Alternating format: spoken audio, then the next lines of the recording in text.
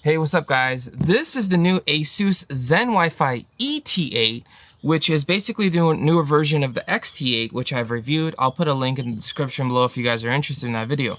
But this is the new Wi-Fi 6E variant of that. It's also a tri-band system and it covers up to 5,500 square feet. Granted, take that number with a grain of salt because it really depends, how many walls you have, how much other interference there is. If you're in a building, there's typically other interference from other wireless routers and stuff. So all of that makes a difference, so take this number with a grain of salt.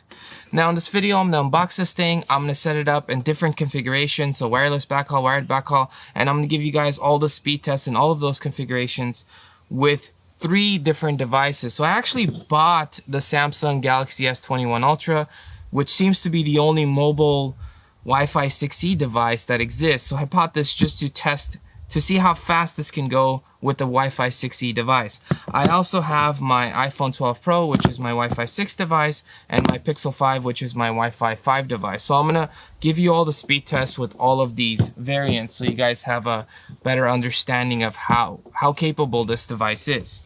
And let's turn around to the back just to show you guys. So ASUS typically comes with a lot of options. It comes with AI Protection Pro, which is their parental controls, extra security features and stuff. Some mesh Wi-Fi's actually charge for that service and some don't. ASUS is one of those that provides it for free, which is always a good thing, especially when you're buying a mesh Wi-Fi at this price. Here's a depiction. They kind of did this to show you the difference between Wi-Fi, the different Wi-Fi's really. So Wi-Fi 4 is the bicycle, then you get to the dirt bike, then for Wi-Fi 5, then you get to the car for Wi-Fi 6, and then you get to like the sports car for Wi-Fi 6E.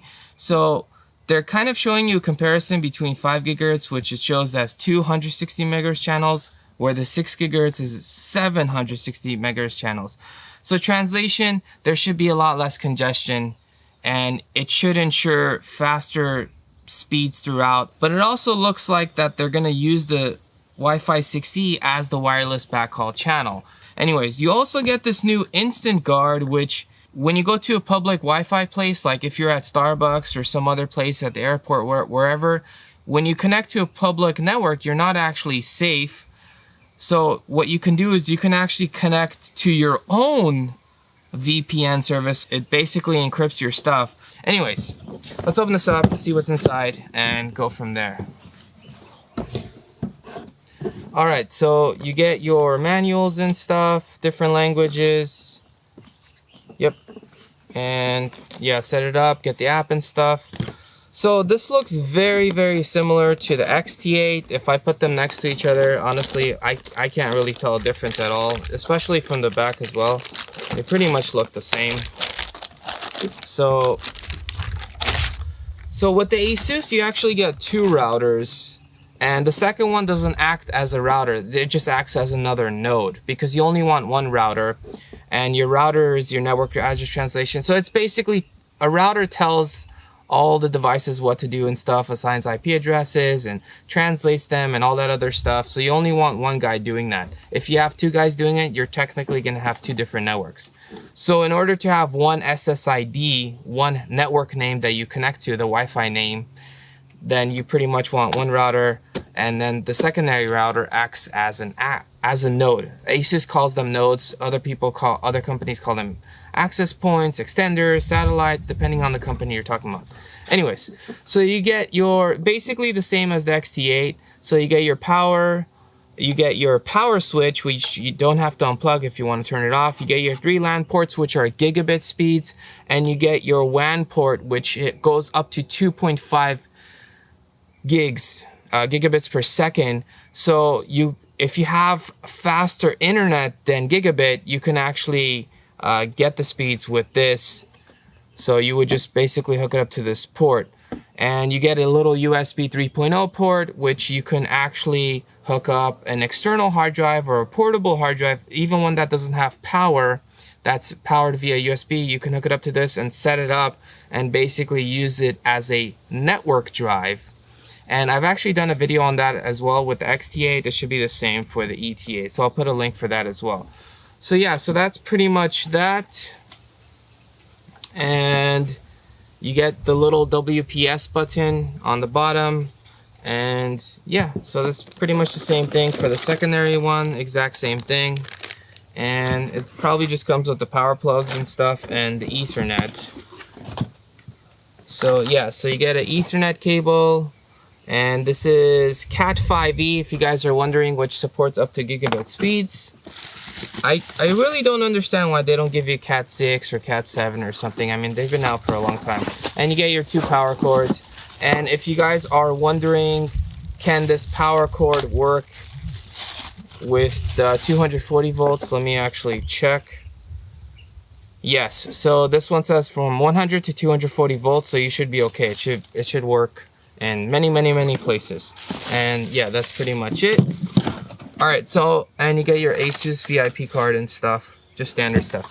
3 days later. It's been a few days since I've unboxed this thing, and I wanted to run it just to see if there were going to be any drops in connections or any other abnormalities, and so far so good. In fact, this thing has actually been working amazing.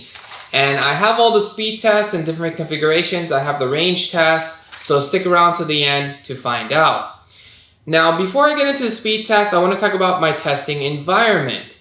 Now, some of you guys in the comment sections suggested that, hey, why not do your own speed test server? That way you can isolate the router or mesh Wi-Fi instead of relying or being capped at your internet service provider. And I thought that was a great suggestion. So thank you for that. And I basically did a whole bunch of research. I upgraded a few things to make this possible. And here we are. So I will be doing speed tests basically from my phone through the router to my computer. There is a switch in between, but it's a 10 gigabit switch. So we're good to go there. And I will also just quickly do a normal speed test with my internet service provider, and I also recently upgraded my internet to gigabit, or I should say gigabit, because it's not really gigabit, it's 940 megabits per second down. Gigabit is actually 1024, because in computer terms, things are with powers of 2. So 1024 is a power of 2, and that's why a gigabit is technically 1024 megabits per second, not 940. But anyways, off topic. Okay, so I have my ASUS connected and stuff, and I will do the speed test with my fastest device. And I have all the numbers here, so I'll go over the rest of the numbers just by saying it and stuff. Okay, so this is my own speed test server. I'm using Open Speed Test. It's going from my phone to the router to my desktop, which can all support those fastest possible speeds. And I am currently getting, it's almost done. Okay, so I got 1,870 megabits per second download, and I'm getting right around there for upload. So, which is very similar to the speeds I wrote down. I pretty much did a few tests and I got an average, and that's what I'll talk about. Okay, so I got 1870 down and 1803 up, which is ridiculous for a wireless device. This is faster than gigabit Ethernet, which is crazy how fast this is. Now, this is only possible with a wireless 6E device like the Samsung Galaxy S21 Ultra. If I do the same speed test with the iPhone, I'm not going to get to those speeds because this is just Wi-Fi 6 instead of Wi-Fi 6E. So only Wi-Fi 6E can get to these speeds. That actually gets to these speeds, not in theory. Okay, and just real quick, I'm also going to do a normal speed test, which is using my internet speeds. And my internet speeds are rated at 940 megabits per second download and 880 megabits per second upload. So when I do a speed test now, you could see that, well, I'll show you guys what I'm getting. So I got 768 megabits per second download, and I got 287 megabits per second upload. So that's the speed test that I got when I actually used it testing my internet speeds. So you can see there's a drastic difference between what the mesh Wi-Fi can do and what my internet speed's actually doing with this device and stuff. So All the speed tests that I'm doing, I'm going to use my own speed test server. That's the numbers I'm going to go off of. Few moments later. So I disconnected the mesh Wi-Fi so I could talk about them in my different configurations and go over all the speed test numbers. But one other thing I wanted to mention is when you're accessing the internet, you're capped at your internet speeds. Now in this example, the router is basically can go faster than my internet speeds. So now if I'm trying to access the internet, I'm actually now capped at my internet speeds. If this router was slower than my internet speeds, let's just say my internet speeds was 5 gigabits per second, which would be phenomenal. But let's just say that was my internet speed. So 5 gigabits per second is my internet speeds, but my router can basically, from the speed test that I saw with this device, can only go up to basically, let's just say 1800 megabits per second. A little bit faster than that, but let's just say that. Now I'm capped at that 1800. So it's pretty much the slower of the two numbers if you're trying to access the internet. So just because my internet can go up to 5 gigabits per second, which would be amazing, doesn't mean I'm actually going to get that because now my router's capping me. But on the flip side, because my internet is capped at 940 megabits per second and my router can go up to 1800 or 1900 megabits per second, now if I'm accessing the internet, I'm now capped at my internet speeds, which my modem is providing. So you're always capped at the lower of the two speeds when you're accessing your internet. Now, what's the advantage of getting a router that can go faster than what your internet speeds are? Well, the advantage is if you have multiple computers or multiple devices, phones, tablets, anything, printer, whatever, they can talk to each other very fast, basically at faster speeds than what your internet's providing. As an example, if you're having, let's just say you're playing a game and a few people come over and they bring their desktops or their laptops, whatever it is, when they hook up to your local network, now they can go as fast as your local network is. So if your local network can go faster than your internet speeds, now they will have a faster data transfer rate. So that's basically the advantage of going faster than what your internet speeds can provide. So anyways, okay, so getting it to the options, basically, I'm going to use the same numbering schemes as all my other mesh Wi-Fis. So as a result, we're going to start with option number 1, which is using a router by itself. So just because this comes in a 2-pack doesn't actually mean I need to use both. I really only need to use one. And because technically these are both routers, I can pick either one and hook it up to my modem. And what you want to do is you want to hook up the router to your modem directly. You don't want to put a switch in between your router and your modem. So you want to hook up modem to router, and then from router, if you want to hook up a switch, go from the router to the switch and you should be good to go. Talking about the speed test and stuff, when I did it with option 1, where again, local speed test, this is not using the internet, I got crazy fast speeds as you guys saw on the phone. So I got 1826 megabits per second down and 1850 megabits per second up with the Wi-Fi 6E device.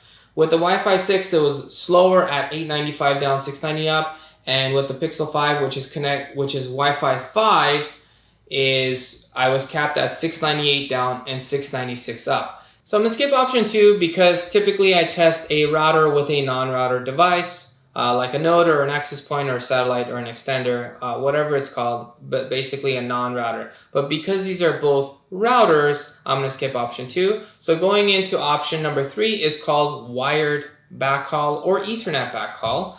And that's when you hook these up to each other via Ethernet. Whether there's a switch in between them or not, that's fine. If you want to put 2 switches in between them, that's also fine. So as long as there's an Ethernet wire going from one to the other, you're good.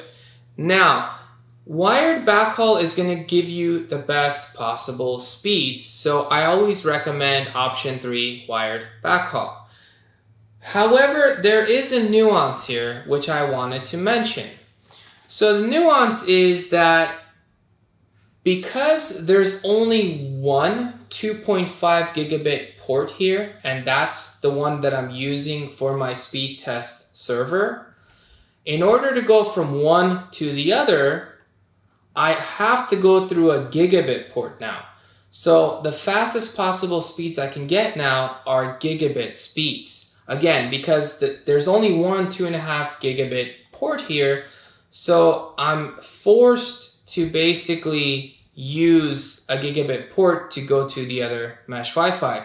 So when I do that, I automatically go from my best possible speeds up to basically down to gigabit speeds, because in theory this device on a single router it got faster than gigabit, but now because I'm going to test on the secondary one, so for wired backhaul I test on the secondary one. So if this is my speed test server and I'm going through an Ethernet wire, I'm going to test on the secondary one and give you guys those speeds, because whenever I'm closer to the main one, I'm always going to get the fastest possible speeds, always.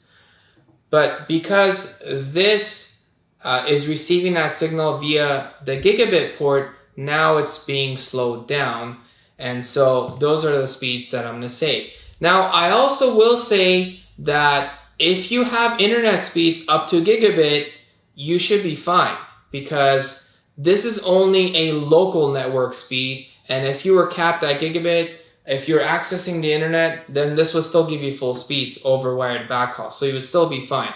So the speeds I got were, with the Wi-Fi 6E, I pretty much got almost full gigabit speeds, so 992 down, 972 up. I got very good speeds with the Wi-Fi 6, and decent speeds with the Wi-Fi 5 device. Jumping into option number 4, wireless backhaul. This is basically the same exact thing as wired backhaul, except you remove the cord. So these are talking to each other wirelessly, no more Ethernet between them. Now, because this is a triband system and it is a Wi-Fi 6E triband system, you get 3 different frequencies. You get a 2.4 gigahertz frequency, a 5 gigahertz frequency, and a 6 gigahertz frequency. So this is actually talking to each other on the 6 gigahertz frequency, which is the Wi-Fi 6E basically, and it gives you a really good signal, really good signal. And I have the speed test to show that. But before I jump into the speed test, really quick, a common question I get asked is, if these are wirelessly connected, let's just say this is hooked up to my speed test server, can I use the Ethernet ports of this one that's wirelessly connected to this? And the answer is yes. And how fast will those speeds be? Well, those speeds are typically as fast as your fastest wireless device that's getting a connection to this. So let's just say, as an example, if my Samsung phone, I was doing a wireless test right next to this, and I got 862 down, then that's right around what you would get over Ethernet. So you're going to get the best possible connection, but not quite as fast as if you were going to connect to this. So here are the speeds. I got 862 down, 823 up with the Wi-Fi 6E. I pretty much got the same with the Wi-Fi 6, except I did get a slower upload speed, and the Wi-Fi 5 still got very good speeds, not quite as fast, but still overall very good speeds. Very impressed with that. Range test time. Now, range really varies by location. So I actually recently moved, so my range tests are going to be slightly different than the ones I've reported on previous mesh Wi-Fis. Now, I'm in a place with a little bit less interference, so I expect to get slightly more range. But again, range really varies because, you know, if you're in a house with a lot of concrete walls, if you're in a basement, you're going to the second floor, if you're in a building with a lot of wireless interference, a lot of other people with routers and stuff, so all of that stuff can hurt your range. So take range with a grain of salt. Now, this thing, again, is advertised to go up to 5,500 square feet. Can it do that? In theory, yes. It could probably even do more than that.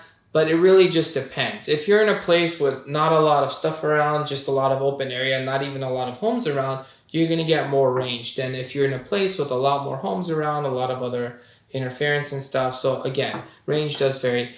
And if you guys are wondering, how far does Wi-Fi 6E go? From the range test that I did, this thing actually, 6 gigahertz finishes sooner, and it actually switches to Wi-Fi 6. So the way I know that is actually for this, you get 2 SSIDs. You get one for your 2.4 gigahertz and 5 gigahertz devices, and then you get one for your 6 gigahertz device.